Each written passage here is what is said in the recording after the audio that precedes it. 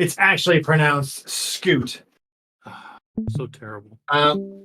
So anyway, boys and girls, doing a little bonus talk here. I've heard some great talks today. Robbie, that last talk was fantastic, sincerely.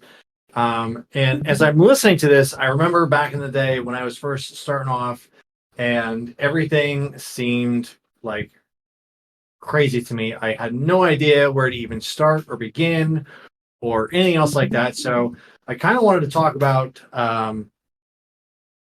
getting into this stuff, right? So with that said, let me minimize this. And so this, I think I said it before, this is my first time using a Mac, so I'm a little clunky with it, but I'll do my best. Just bear with me. Okay. So, I shouldn't have that on. So the last thing I'm going to say is this. If you guys have any questions or anything else like that, please interrupt me. I'm kind of doing this ad hoc.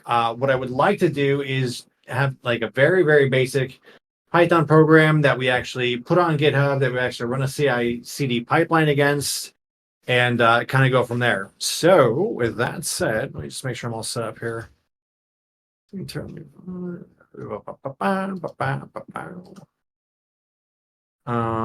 don't know how I monitor myself. I guess like that. But all right. So can anybody just do me a favor? Just unmute yourself and say something so I know I can hear if somebody has a question. Something. Thank you very much. I appreciate that. Excellent. Thank you, guys and girls. All right, guys. So let's kick it off here. Again, we're kind of doing this some ad hoc. There we go. So first and foremost, let me get rid of some of this stuff. So let's put. So personally, I use VS Code for most things. The IntelliJ platform are fantastic. I really have no opinion, but I do like to use VS Code for everything. So what we're going to do is we're going to make a really, really simple Python application, and then we're going to put it on GitHub. We're going to add issues, all that stuff, create branches, and we're going to create a quick CI/CD pipeline. Again, please, if there's something you want to talk about, even if it's completely sideways, interrupt me. My time, it's about 9 o'clock, so I'll probably do this for maybe an hour or so. But anyway, I'm just going to roll with it, and you guys jump in whenever. So let me see. So I got VS Code here. So the first thing I'm going to do is I'm going to go to my sandbox.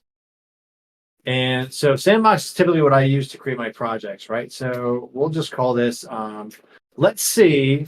So for this project, let's do something really simple. We are going to find a free external API that will give you the current weather in your area. And that's going to be our application, right? Is to just go out, hit this guy up and say, hey, we want to know what the weather is, send it back, and then we'll print out the screen.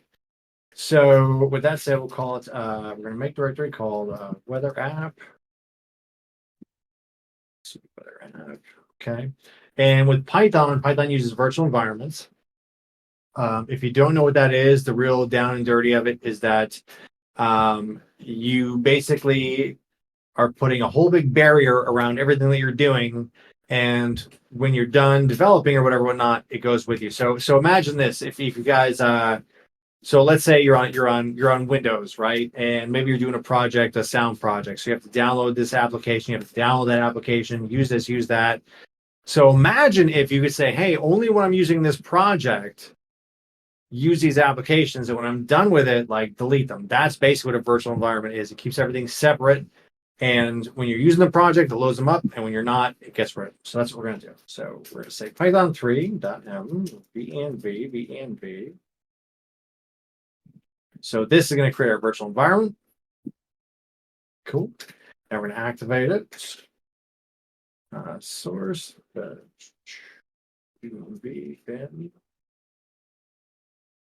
Activate. Cool. So now I've activated. I'm going to touch a main py, and that's going to be our entry point. All right, cool. I'm going to no Emacs, no PyCharm. It is PyCharm's great, yeah. Emacs, no patch. Conda versus. Oh man, Conda versus VENV, and they enforce requirements. I'll tell you what. in my time too, like you will see more and more now that they are enforcing environments. I've had a lot of code I had to turn over where it has to be environment based. But anyway, so let's get our boilerplate down, right? So again, guys, what are we gonna do here? We want to go out, we want to hit an API, get the weather in our area, and just print out the screen. Okay. So sorry, it's been a little while since I've did some Python, so I'm gonna be a little rusty. We'll say pass. So that's fine. Let's super small. We got that. Cool. And now we know our virtual environment's activated because we can see here, right? Like our prompt is prefixed with a VENV. So let's figure out where we're going to actually hit this guy up. So let's see, free weather API endpoint.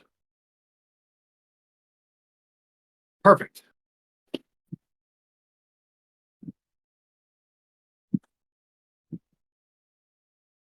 So free, and let me see, let's take a look at some samples here.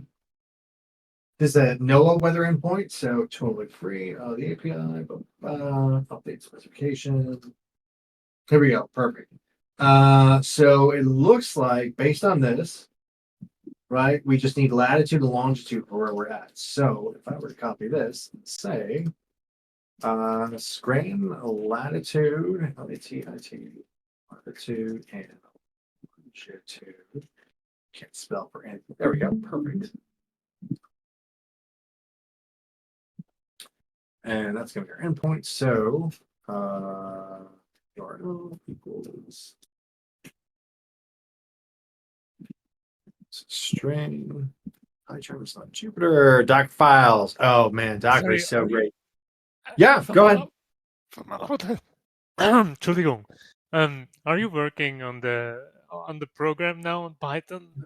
Are you going to the CI/CD thing? Because if you're still working on a Python, that's fine. It doesn't bother me. But I'm just gonna pop out for the time being. Then how long? No, that's totally fine. That's totally fine. So basically, what I'm doing right now is I'm writing quote unquote our application, right? Which is going to be very simple. And then after I write it, I'm going to create a repo and then I'm going to do all that stuff. So if you want to pop out for like 10, 15, absolutely. All right. So you're saying like 10, 15 minutes we'll be ready? Probably closer to 10, but yeah. Perfect. And I'd be happy to answer questions when you get back. So no worries, man. Do what you got to do. All right. So we got this, right? Let's test our endpoint here. Right. And so now what we're going to do, and we have our latitude and longitude here. So we're going to copy paste that. And this is just for this is like notes. So, Python, that's right. So we want to replace latitude and longitude with those coordinates that we got. And this is just a test to make sure that we're on the right track here. And again, guys, I'm doing like absolutely bare bones because I remember how difficult it was for me back in the day to find somebody that's like, hey man, I know nothing. Start me from nothing. So what's this? 41.4090, right? And then we'll talk about this too. 75.6624. So let's just see if this works. I'm able to provide. I think it's because I have any strings there.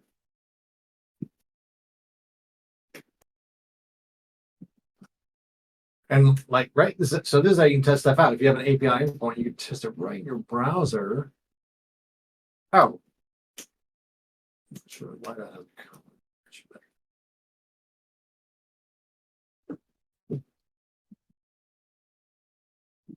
Oh, okay, so they give you an example, right? I think that's pretty much what we have. Let's double check. Do. So 39.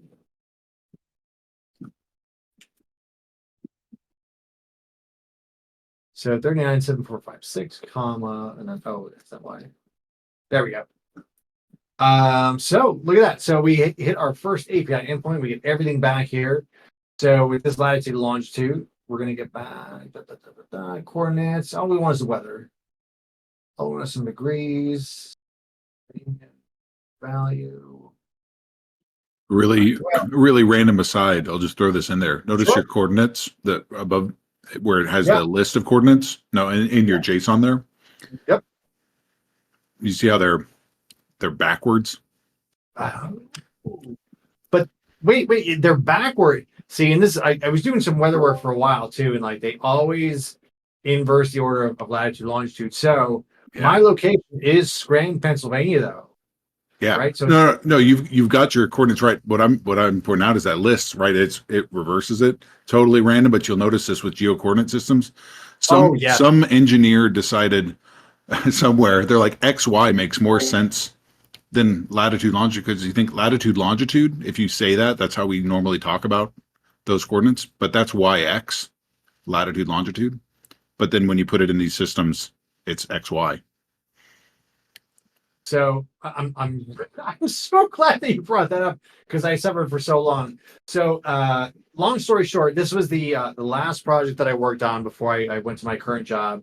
It's the NOAA. It's called spotweather.gov. But exactly what you were saying too was like we had to deal with all these latitude and longitudes, and as you were going through the code, just like you said, somebody would say, "Oh, it makes more sense like this," and just switch them back and forth. And not even locally to the developer code or anything, but it could be an API. All of a sudden, they decide they were going to take them differently. And it's a great example of how difficult you can make things, right? That's right. Anyway, just thought that was interesting. There you go. You got latitude, longitude in your API call, but XY in your response, which is reversed. All right. So now we know we have that going here, right? So what we need to do is just like we did here, right? We have a browser open. We're saying, hey, hit up API weather.gov points with latitude and longitude and return me back some data. We know in the browser, but we want to do it in our Python script. Okay. So the first thing we want to do is import requests. And if you've never done this before, if you've never done programming, if you've never done Python, don't worry about it. It's pretty straightforward. So we're going to say request dot, I think it's get.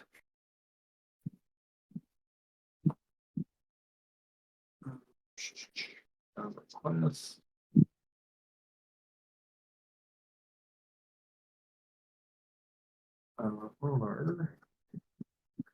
So we're going to say response equals request dot get. And we're going to give it this URL here, but watch this. We're going to give it an F string. Paste that. And again, guys, like this is just to get from A to B. So we want to have an application that we can push up to GitHub and everything. So stick around, probably another 10 minutes or so. We'll actually have something to get up there. But so this is main, but I don't want to call this main. I want to call this is going to be main, def main. And if you guys want to know why, let me know. We're just pass, and we'll say fetch weather. All right, and we'll say lat long. And now here we say lat long. And now you see how why hard coding because it's so bad. So now we can say, hey, fetch weather for whatever latitude and longitude we want. We don't have to hard code it in there. Let me just catch up on the chat here. Teacher, can you zoom? Oh, can I zoom in? I'm sorry. Yeah, I don't know if that's any better. That long was it? Are we on NOAA? Yeah, NOAA.gov weather. Yep. Time zone. Dude, so last chain, you bring up a great point. Time zones, times, dates, anything else like that, never do it yourself. Use the library associated with your language. One of the most difficult things to do is dates and times, leap years, non-leap years, all that crazy shit. Yeah. So anyway, we have the response here, but let's just print the response and see what it actually brings back. Because ideally what I would like is that when I call fetch weather from here, right? And if I want to call fetch weather, it's going to be fetch weather, just like that. And I have to pass the latitude and longitude, which are going to be strings. So that done. And we have it up here, don't we? So we said our latitude or whatever the X is going to be is going to be this. And longitude is going to be this. And again, guys, stick around. We are not doing weather API calls. We're going to do a whole repo setup. But so let's just do this, right? Print fetch weather. So it's going to print whatever comes back from this. Don't forget to make your longitude negative. Thank you, sir. Absolutely. Which, like we're not going to get into it in this, but you bring up a great point is that, hey, like, latitude, longitude could be negative. Right here, we're passing it as strings, right? Like these really don't have any numeric value. We're just saying, hey, whatever that value is, just take it. But if we did want to pass them as strings, or I'm sorry, as actual values, like these would be, and this is where, so I don't know if you've ever heard, so with Python is very loose, what do they call it? Loosely defined, where loosely typed. Thank you. Whereas like C or Go or anything else like that is very strongly typed. And what does that mean? Is that we can get away with a lot of stuff in here, right? We still pass like 41.409 as an integer, even though it's really a float. But in more strictly typed languages, you have to specify, positive, negative, all that stuff. Anyway, I don't want to get too far into the weeds. So let's make this request here. We're going to return that. We're going to print when it comes back. And see, so Python main. We get back. No module name. Oh, because we have to install it, right? So we said we want to use this request, right? We didn't write that. We want to install it. So Python has a package manager. So pip install requests. And again, I'm just like burning through this real fast because it's only part of what I want to go over. But if you have any questions, let me know. So let's run it again. Python. And we got nothing back. Oh, I know why. So it's response equals.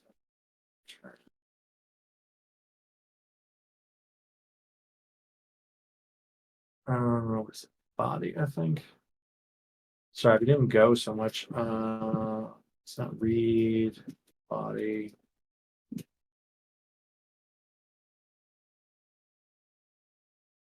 Oh, geez. Well, we'll just pretend that's it for right now. So let's run that again. Now we should get a JSON response. And we're not. Can you please increase the right side Windows font size as my screen is small? The right side. Oh, yeah, of course.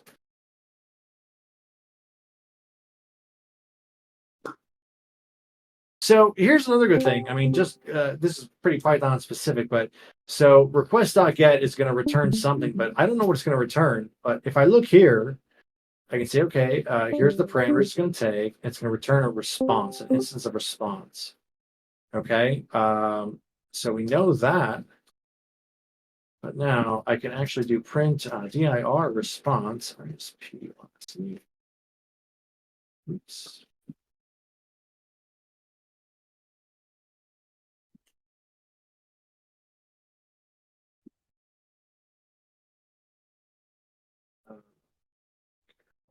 There we go. And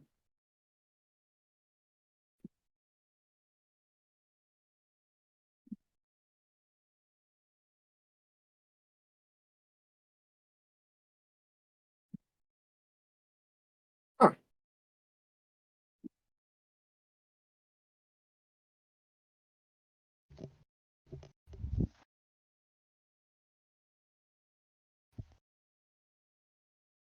We can't get anything to print here.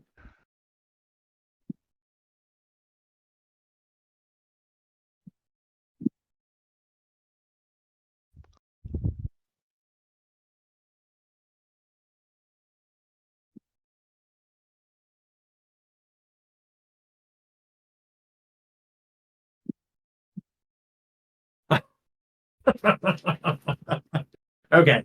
Well, I don't want to sandbag this. I'm not sure why nothing is printing to the console here, but so let's say we have this. Here's our application. I know. I don't understand what's going on.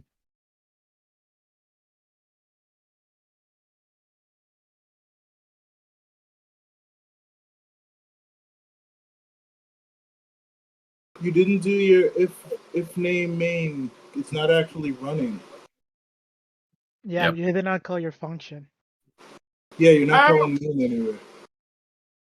So remember, you gotta do Yeah, but I'm calling it here, right? X equals fetch weather. No, you're not. You need an actual if statement that run in the base of your Python script. The if name equals main. Yeah, if Denver name Oh. equals main, You call you're main. Yeah. describing it and not calling it. I'm so sorry. That's how Golang does it. I'm sorry. I'm like, and like this is one of the most difficult things about like kind of going back and forth. But yeah, you guys are 100% correct. Thank you very much. So if name equals main, I can get rid of this, and now that's going to be our main call. Man, that would have drove me bonkers. I'm so glad you guys are here. It's right. There we go. Okay. Nice. Excellent work. Excellent work. I'm going to show you guys another little trick here too. So, we get our JSON response. That's great, but it kind of gets like puked up onto the console, right? So let's get rid of this. And I know, man, you guys are tooting my horn. So we have name equals main, and we're going to print this out. So it's super simple. My man, print, right? All right, let's try it one more time. Just make sure. All right, so check this out. Any guys are just getting to Linux or anything for the first time? I think there's a way to do this in Windows too. It might even be the same way. But so we run the script and it dumps it out to the console. But I'd like to have it in a file so I can actually open it up and mess around with it. So we have some pipelines in Linux. We're not going too much into detail, right? If I hit this, it's going to spit out to the command line. If I give it a double greater than and say output.json, now it's going to print the standard out. And now I have this fancy file to take a look at. And I can Control S. And because VS Code knows the JSON is going to format it for me, so we are good to go. So now the only thing we got to do is we got to check out here and see. I'm going to actually blow this guy up so we can see we're getting back. And all we want is the weather. I don't want to have to jump around and do stuff. So bearing 28, grid X, Y, coordinates.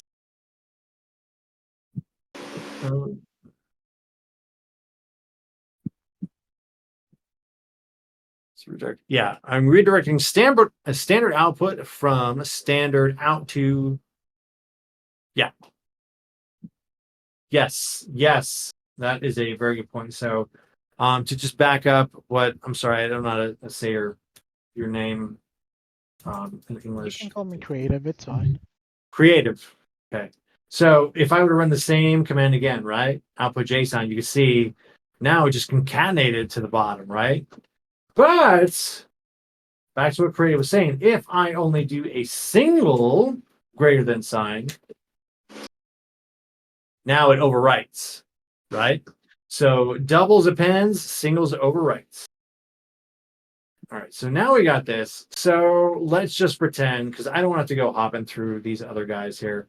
Let's say we're just writing an API to grab whatever the grid X coordinate is, right? We'll just say that. That's fine. So go back here. So we have a response, and because it is, it's over here. We have at context, right? So at context.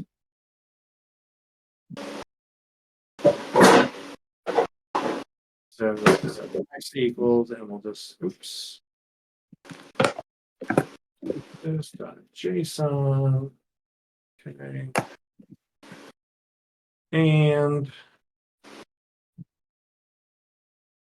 yeah. So print X, there we go, and then return X just to test it. So the idea right now is that we're trying to get to. So it's a tree, right? So context has all this stuff. It's an array of all this jazz. And then, so that's context. So this second index will have grid X. So let's just say 1 and say grid X. Grid X. All right, let's make sure that prints out.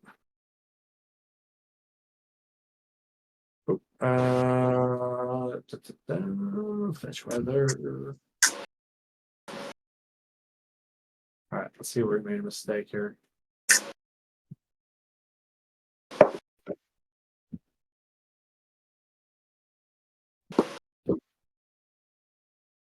So we have version.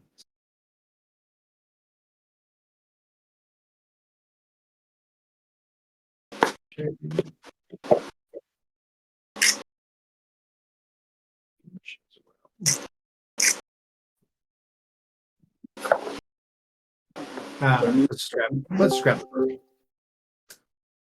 the version. All right, cool. So now we are able to grab the version. So we can get rid of this.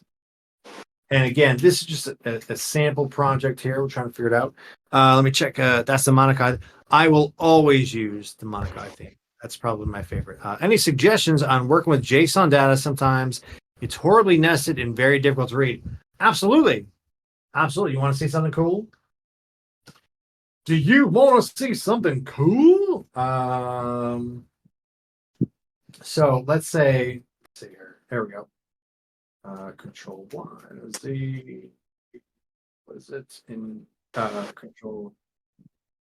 There we go. So let's say you get a JSON back, right? And it looks like this. It looks like KRAP, right? It's all sandwiched together, all that stuff. What I want you to do is go to your browser and go to jsonlint.com. And this works for anything. You can go Python lint, Go lint, Java lint, JSON lint, XML lint, whatever. Paste it in there, right? And we see here we have an error. So at context, error string, find. Thing. Bad boy. Validate. There you go. So back to what you were saying before. Can you please explain line 6 in the code here? Yeah, sure. Okay. That is a really good question. So let's actually look through this, right? Because it's pretty short, pretty sweet, but so let's do this too. .json, that's a response. So we're going to just print the response. Oops. So print response, and then we're going to exit. So this code isn't even going to get executed, okay? But it'll still be on screen, so I want you to keep an eye on that. So let's do this, right? Make sure we're getting good results. Okay, we are. Now let's output that to our output JSON. There it is. And now we're going to open that. We'll say, okay, output JSON over here. So in VS Code, you can drag and you can actually split windows and stuff like that. Very handy. So back to your question, right? Line 6. Actually, line 5. Here we go. Line 8 now, right? So if you look, right, response is going to be given the value of when I go to requests. Oops, sorry. So basically, when I go to this URL with this latitude and this longitude, the response, I want you to convert into a JSON and then store that into response. Okay. And so this is what response has right now. Okay. It's an object. It has a context array. Okay. It has an ID, a type, geometry, which is another object, properties, which is another object. But what I'm saying here is, okay, in that response, go to context, which is here. Go to the first index of context, which would be here, because don't forget arrays are always, well, for the most part, they start at 0. So if you have an array of 1, 2, 3, 4, it's 0, 1, 2, 3, right? So we're not saying 0. We're not saying the first one, this one. We're saying 1, which is the second one. I know, super confusing.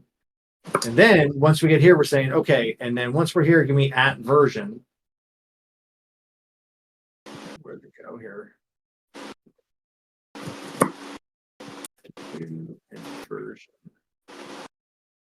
Yeah, Oh, look at that. Contact 0.1. Okay.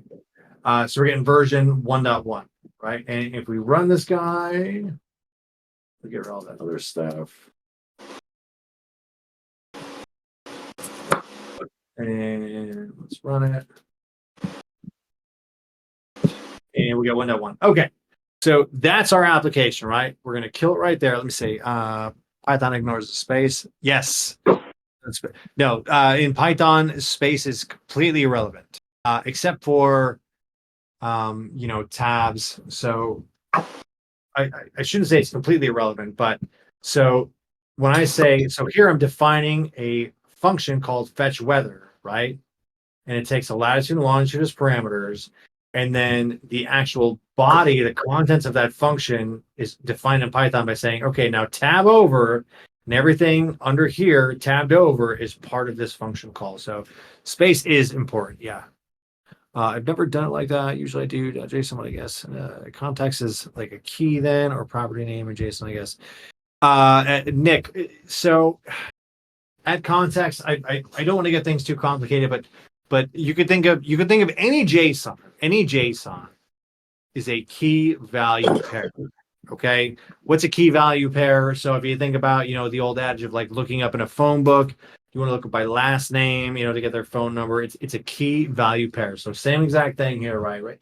So if we look at context is the key, the value is an array. Okay, so it's all just key value pairs. Always keep that in mind. Key value pairs. Auxiliary report. This shit burned me the other day. Is that what it is? It's Z shell with that base index? I'm kind of looking at it right now going, all starts 0. Yeah, key value. Yeah. So we're still doing the weather app.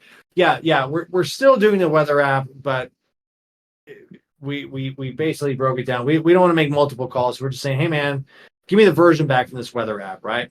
So if anybody's just joining us now, right, we're just doing an API request to API weather.gov points. We're giving it latitude and longitude, and we're taking the response, right? We're getting the version, and then we're returning that, and then we're just going to print that version based on our latitude and longitude, which is kind of nonsensical, but the point is that we're going to do a repository right now from it. Okay, so let's say this is our app, right? We're good to go. Awesome, fantastic.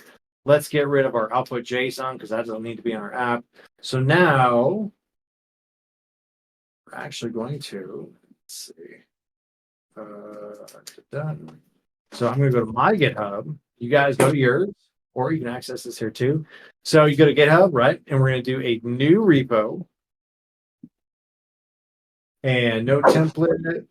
I'm going to be the owner. We're going to call this demo days, right? And this returns the version of the API weather app.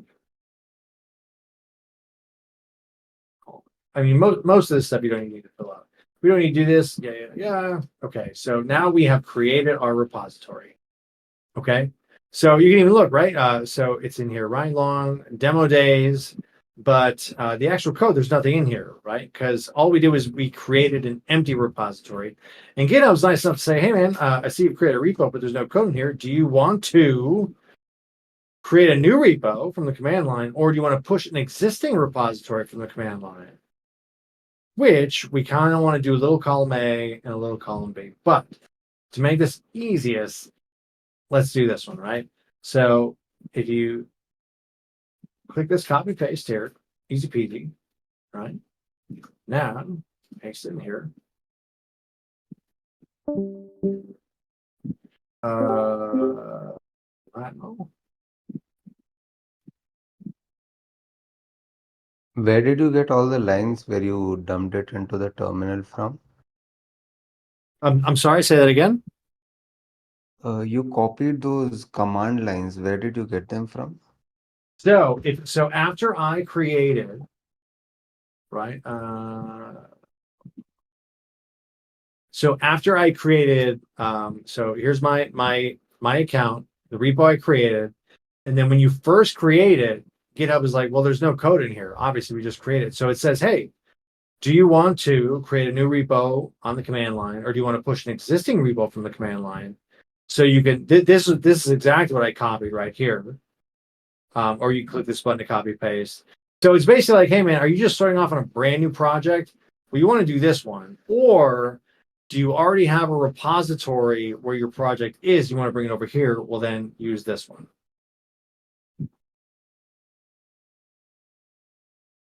All right. So if we go back now, we can do git status. Let's see. Okay. And our branch is on main. So what does this mean? If we go back here, right, and I'm just doing a hard refresh, right, demo days, because the only thing that this repo has is a README.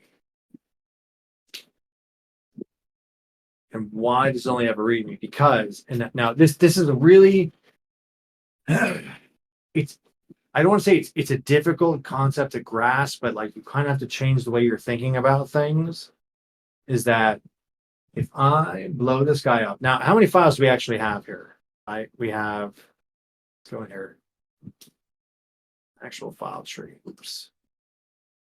Let's close out everything. Now go to the version control. It'll tell you how many files. What's that? Go to version control. It'll tell you how many files there is.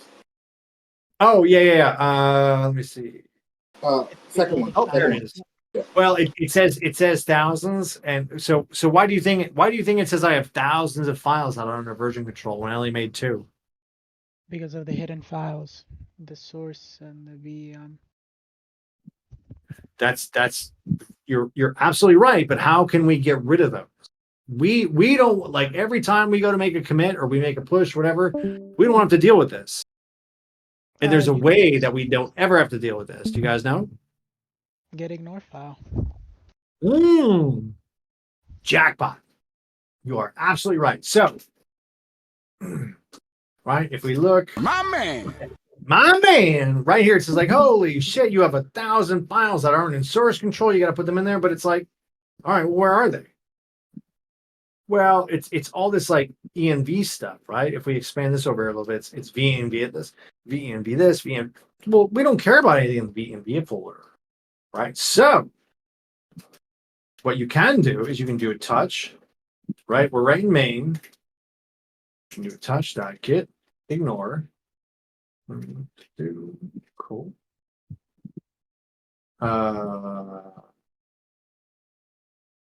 There it is. And we're going to open that guy up. So git, before I open that up, so if I do a git status, and this will always tell you like what's committed, what's not, yada, yada. So it's saying, hey man, you have 3 untracked files. Your git ignore is untracked. Your main PY is untracked, and your venv is untracked, which is kind of great. The venv, I don't want it to be tracked. I couldn't care less about it. The main and the git ignore, I do want to be tracked. So well, here's what we do. So we're going to do code.git ignore. Oh shoot! All right, that's fine. Anyway, so I will open up here. It's time to use BIM. No. I love that. So I'm going to say, hey man, anything in venv ignore. I think that'll do it. Yep. So now that in the git ignore, I said, hey man, anything that comes from a directory in venv, just ignore. So now I won't have to worry about that stuff ever again, right? But now we have 2 untracked files. What does untracked files mean? It means Git doesn't care about what happens to them. It doesn't care about changes, doesn't care if it's deleted, if it's added, it doesn't care. But we do care about these, right? Main runs our program, and git ignore says like, hey, here's what you do and don't pay attention to. So we're going to say git add. Go ahead. In the git ignore file, at times it's quite difficult to read it through. Some people use globbing in it. So how do you wrap your head around that? At times it looks like chicken scratch and not like a simple listing of folders. So if I'm being 100% honest with you, you make a very good point. But a lot of times, and basically what we're saying here is like, I could say VENV, or I could just say star ENV, and that'll do it too. But you can imagine this get ignore file gets like pretty big and pretty unruly with all the different rules and stuff in it. And just based on some of the other talks that we had today, like that's why there's a microservices architecture. That's why there's this, that architecture stuff. There is really, as far as I know, there's no best practices into managing a get ignore file other than you can comment and say, so let's say we say like all Python extensions, right? And then we would put that here, and then we would say all here all JS extensions and put those here. But there's really nothing beyond that. That'll take care of it. Good question, but yeah, they're still working on that. So VENV. So like even something like this, if I really want to do best practice, I would say like these are Python ignores, right? Because you might have a web UI or whatever. All right, so now we only have 2 files, right? And that's all we needed. All we needed is the main py and our get ignore to ignore everything else. So we're going to add them, right? So get main py, and let's add get ignore. Right? And now if we do a get status again, so now we can see that yes, these files are being tracked. They haven't been tracked before, so they're new files. So this is going to be the first time we're putting them in the repo. All right, and just to go back here to show you guys, right? If we go to our repo, there's nothing here. There's just a README. Okay. So now, get push. So get commit. Okay. I'm just going to say M because I'm going to submit a message. So we're committing these 2 files. We're saying, hey, like a commit is almost like a transaction, like saying, okay, everything to this point, I'm verifying and validating. I'm saying like, okay, let's do it. And here's a message to go along with it. So if I'm saying get commit M, I would say here, adding get ignore and a main py file. Cool. 2 files changed, created, awesome. So now I'm running a Oh My Z shell. So we know we're in sync because it went from yellow to green. So now, and just to give you guys an idea too here, because this is kind of confusing. So if I do a refresh, we did commit, right? But that doesn't really mean anything, right? It's like writing in the book, but we got to send the book off. So now though, if I do a get push, I'm actually saying, hey, go push this out to the remote repo, right? So get push. Cool, doing it. And now if I go to a repository, so now you can see our get ignore files here and our main py files here. So if we go all the way back here to demo days, let's just take a look at this real quick, right? So it says we have 2 commits, right? Hold on, let me catch up on chat here. Get him files. Yeah, so in Linux, if you start any file with a period, it's going to be hidden. Git tracks the entire project folder. You gotta get, or won't ignore any files or folders, and therefore track the entire. Right. It does. So by default, it'll track the entire project folder, but you have to give it rules for what it should ignore or not. Alias. Yes. Human readable file sizes. I get to get init. Add commit. Can you please explain the get remote command and init script? So think about it like this, right? Yeah. Questions? Can we add another thing in the explanation? If we have to, here GitHub is connected to our local Git. If we have to do it with GitLab, then what would be the changes and where? And and if we have to do like a very tiny test, just a sanity test and integrate it within a GitHub action so that that entire process runs. That's all. Okay. So good. Let's talk about a couple things here. So first off, this is a public repo. Any of you guys, and let me see, I can actually put this in the chat.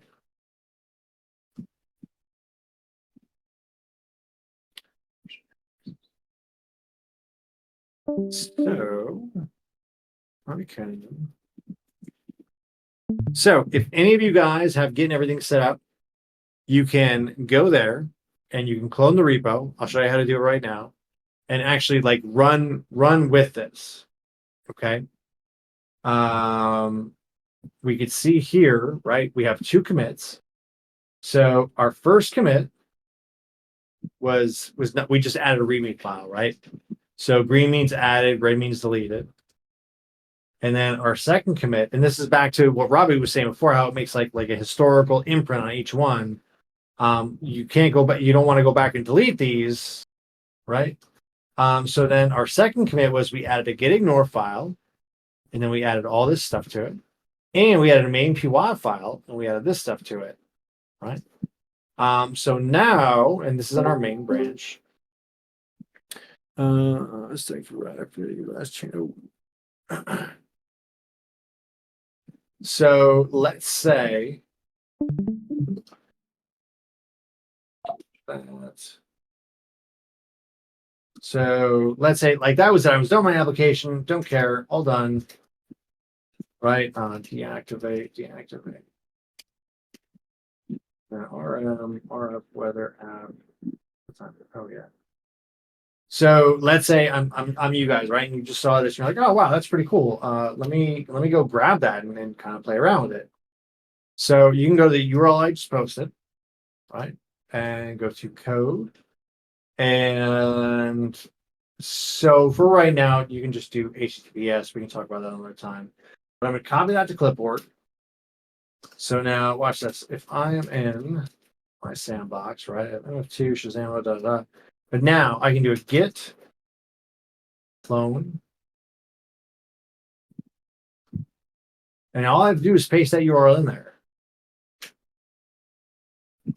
Now, if I do an ls, there it is, demo days.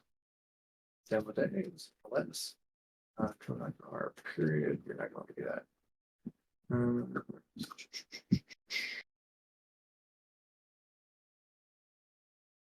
Code, R period. There we go. So, like, just like that, you guys can work on. Oops.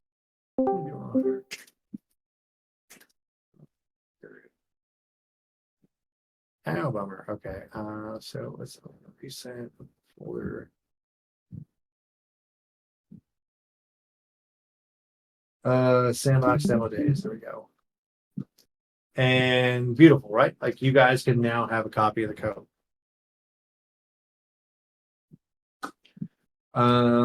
Yeah, this, I mean, it kind of took, that's my bad. It kind of took a little bit longer than I thought to get this going, but like, that's how you create a repo. That's how you can like put some code out there. And now this is a public repo, so anybody else can do things. I mean, go out and explore. Like you can create issues. Actions is what we're talking about for the CI/CD pipeline. So just to give you an idea, if I go to actions, right, I could say, hey, this is it's a Python application. Right, configure, and it'll just generate this YAML file for you. That'll let you test your stuff. So pretty wild. But that's it, guys. I am parched. I'll hang out for a little bit, answer some questions, stuff like that. But yeah, thank you.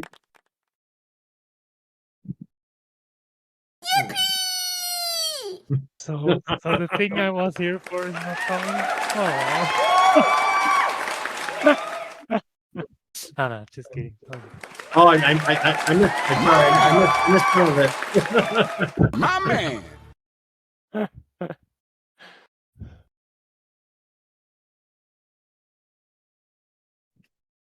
Can we take 2 minutes with the GitHub action? I'm sorry, say that again? Can we take 2 minutes with the GitHub action? Yeah, Just play sure. with it for 2 minutes. Absolutely. So basically what I did, so how GitHub Actions works, okay, is that... Can you zoom in the browser? I'm sorry, make it bigger? Yeah, if you can zoom in. Yeah, I'm sorry. That's all right. There we go. So GitHub Actions. So let's go back here. Let's totally go back. Let's leave. Let's go back. Let's go back to our code. Let's do super simple, right? So super simple, right? We have our main branch. That's it. Okay. And what do we have on our main branch? We have a get ignore. We talked about a readme. That is nothing. And a main py.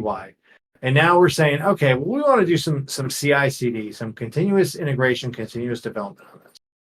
Okay. So go to actions. And actions is kind of like the same idea as CI/CD. And now when you go into actions will say, well, it looks like you got some Python stuff going on here. Like, here's what we suggest you do for this. Or, you look at all of our other stuff too. And it's all just YAML files. So with this one, let's say, look, so it's not using Anaconda. We're not publishing a package. It's definitely not using Django. Like Pylint is just make sure your code's okay. Let's see why that. It seems like it's a Python application, right? So we're gonna say configure, and now it just generates this YAML off the cuff for you, okay?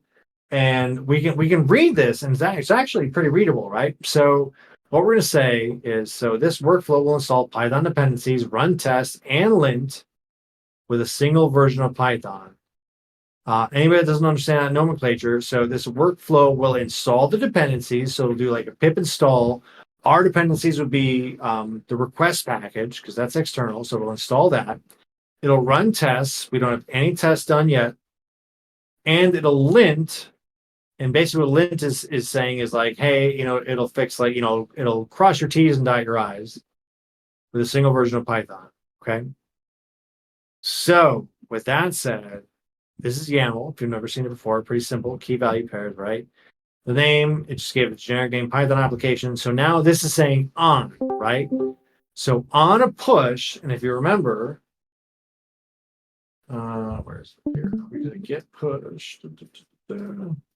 Right? So we did a get push before to push all of our new code up there, but it's already up there, so everything's to date. But so it's saying, hey man, whenever you get a push, or if there's a pull request, run this stuff, okay? And so what this does, you look at the instructions here. I mean, it's literally like if you wanted to learn how to make a peanut butter and jelly sandwich, here's a list of instructions. If you want to run a CI/CD pipeline in your application, here's the instructions. I've not seen JSON used for such config files. Context, it gives me an error all the time. Doc Mallet, don't fall too far into the rabbit hole, but if you really want to know what @context is, look up, do a Google search for JSON plus LD.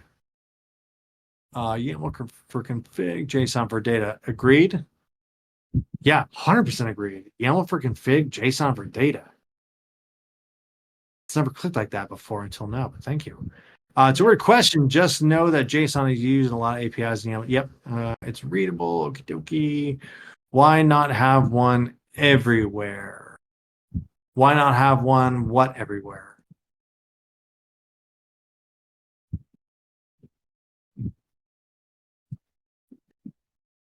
All right. Anywho, so we have our instructions here, right? So we have this, we know permissions. We only need to read this, right? We don't need to write anything. We're just testing the code to make sure it works. So now when we build it, we're saying, okay, I want you to create an Ubuntu virtual machine, right? And this is some proprietary GitHub Action stuff, but it's basically saying like, okay, install Python 3.10, then install the dependencies, which if you saw before, right? It's Python pip install, upgrade, install Flake 8. It lints, right? Lint with Flake 8, which is the name, and then it runs that. And then to test, it just runs PyTest. So now, basically what this is saying is that, okay, I have a Python application. Every time this repo gets a push to main or a pull request to main, I want you to install the latest Ubuntu OS to a virtual machine. I want you to set up Python 3.10. I want you to install the dependencies that are defined in my requirements text package. And then I want you to run tests against it. Okay. this is a super, super, super primitive, easy CI/CD flow, because you could also do like, hey, and then when it's done, like deploy it or do this or do that. But that's the idea, right? It's automation. It's just what Robbie was talking about before. Like it's all automated. I don't want to have to do this manually every time. Yeah, good. The requirement context file, is that in the main repo? I didn't see it. Or where is that laid? So if you never worked with Python before, it might be a little wonky. But so if I do, so Python basically does. So pip is Python's package manager, right? Let me see. Source BNB bin. Let's see. 3.m BNB. There we go. Okay. So now if I do 3, no, sorry, source BNB bin activate. There we go. Okay. Now, okay. So the only requirement, the only third-party requirement I have here is for requests, right? But I did that manually. All I did was I said pip install requests. Okay. But that doesn't do anything. You would have to do that every single time. However, I can do pip freeze. And this is probably old school, but it works. So it's what I use. So if I do a pip freeze, it's saying like, hey man, here's all your third-party dependencies. Certify, charset, IDNA requests. When it saves it in a README, or when it saves it in a file, that's nice. Yeah, but the requirements.txt file is a what do they call it when it's not it's best practice, but nobody's forcing you to call it requirements.txt. Yeah.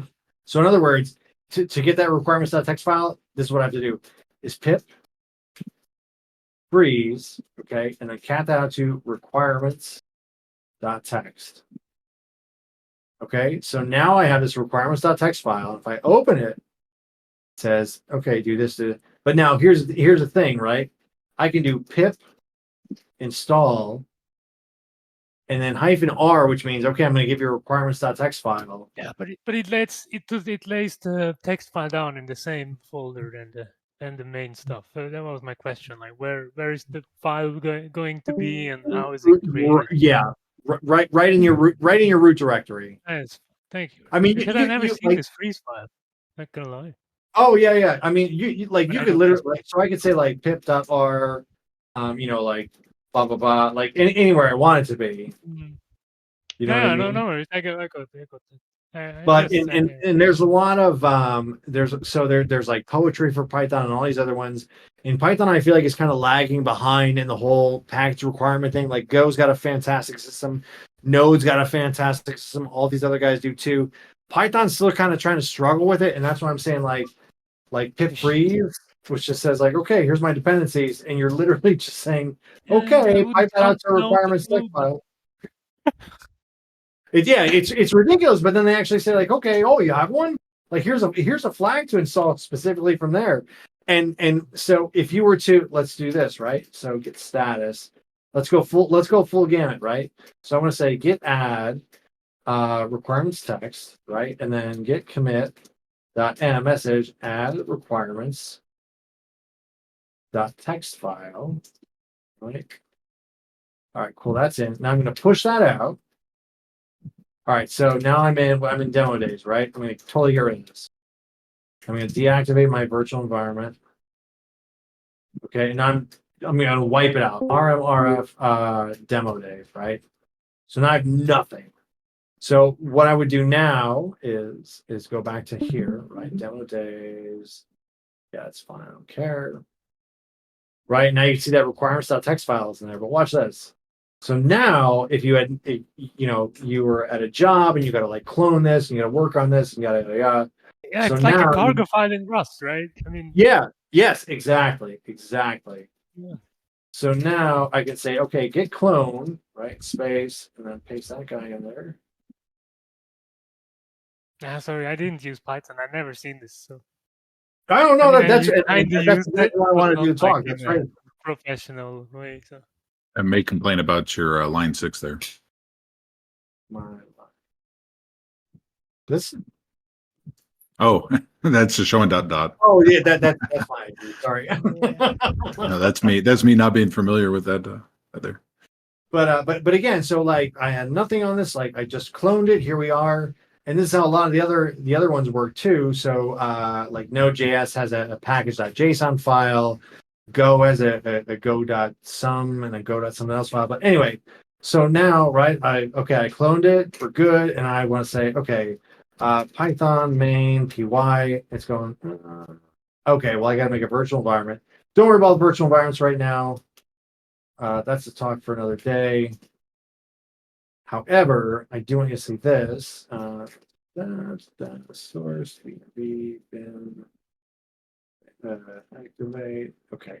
So now main py, it's going, hold on, man. Like you're trying to call a request here. You don't have anything called request.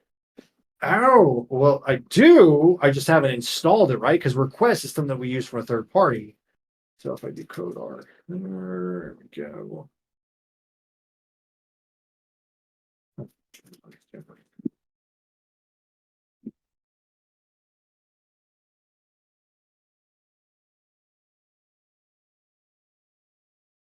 Oh, there it is.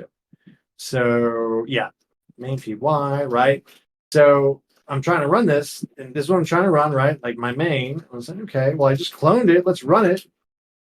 It's going, what is this request garbage you're talking about that you're saying right here, import request?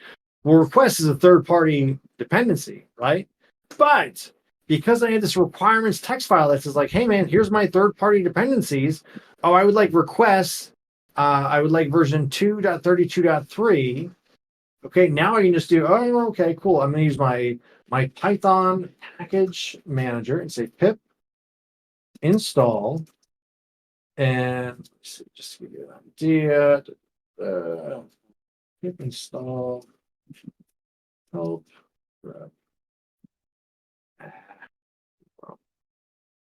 Anyway, so pip install a flag R, which means, hey man, I'm going to give you a requirements file. I want you to install everything on here. So requirements.txt. So look, it's going through everything there, and it's saying I'm going to install certify this. Okay, cool. So now if I run again, main, see, and we get the result back. And that's why. So now here's the other thing too. So to kind of like go full circle, we have a git ignore file here, right? And we're saying, hey man, ignore everything in my virtual environment, right? Because everything in here is like not everything, but for the most part, it's third-party packages. I don't need to put the third-party packages up on the repository. I can just give you this map, this requirements file that says, hey, here's what you need to run this. Here's the map. And then when you actually download and install it, run this, and then you'll have all your dependencies too. Can you please share the steps I need to use on my system to be able to run this code in terms of setup and the Git repo that I need to clone from? Yeah, absolutely. So it should be relatively simple. If you are, so I'm going to do completely OS agnostic. So the first thing you want to do is install Python, right? So just do a Google search, install Python, and it should be really easy. They make great installers for all of them, right? So it's detecting them on a Mac here, but you can say Windows, Linux, Mac, everything else good. And then the only other thing that I think you need to install is Git, which should also be super, super simple. And then once you have those down, and guys, like this isn't just my repo, like this is why doing software is so much fun, is that people love to make shit and they love to give it away. So when you're on GitHub, and it doesn't even have to be GitHub, it could be GitHub, it could be, Bitbucket or anything else like that. Like they make it for free. You like request was done for free. Like all this stuff was done for free. You can go and play with it, as much as you like. It doesn't cost you anything. So yeah, after you get done with that, go to here. My guy. I'm definitely jumping ship after this. Sorry. I didn't think I was going to go this far on my soapbox, but. Okay, I have to run for 2 minutes, but if you've got a moment, can you cover how you would how you would handle doing a unit test for this? Yeah, I would love to. Sure. Let me just put this here. So let me do this, guys. I am happy. I'm happy to seriously stick around and talk for another 2-3 hours. That's fine with me. I just got to grab a refill, and I'll be right back. But that's it for like what I'm trying to just kind of wing it. But if anybody has any questions about anything, stick around. I'll be right back.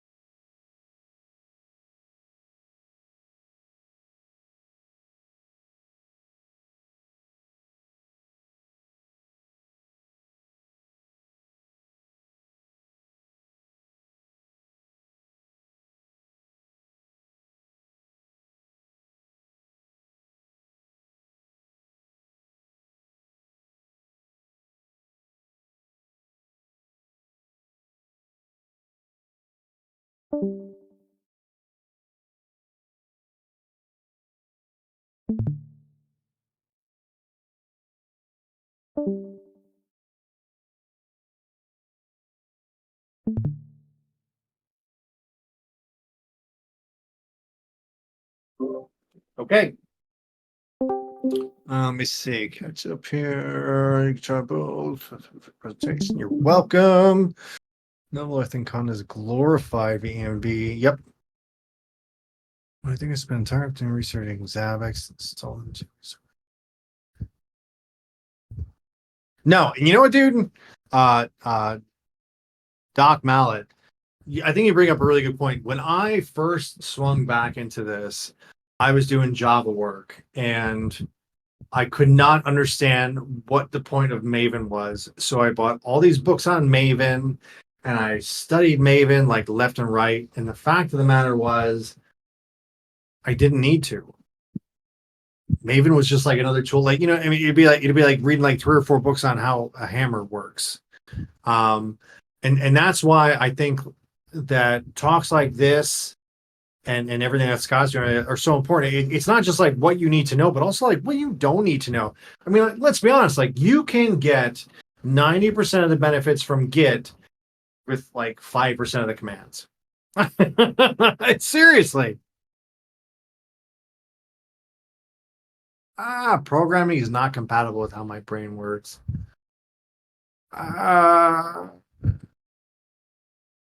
Honestly, man, like a little column A, a little column B. Well, anywho, let's not waste any time. And by the way, guys, so I'm always hanging out. I try to always hang out in Tanis's Discord. If there's ever anything that you guys want to talk about, or you want to lesson about, or anything else like that, please hit me up. I've done this for a long time. I've gone through like a lot of shit to get here and everything, and I've made so many terrible decisions along the way. And if I could help one of you guys not do some of the things that I did, it would really make my day. So please hit me up. Okay, what did I do? Clone. Let's see, Git. What languages do you use in your day-to-day work? Well, that's another good question too. Right now, for the job I have right now, it is like 70% Golang or Go, maybe 30% JavaScript in the Vue.js framework. But a lot of the other jobs I've had too were, I guess, I mean, they're all different. They're all over the place. But I feel like a lot of times, at least today, you don't get hired as being like a PHP expert or a Go expert or anything else like that. It might help you, but there's just certain things that you should understand that transcend most languages. So like object-oriented programming or functional programming, procedural programming, like what languages are good at certain things and what aren't, which is kind of like default. But anyway, there's just some core things that I feel like, at least for me, it took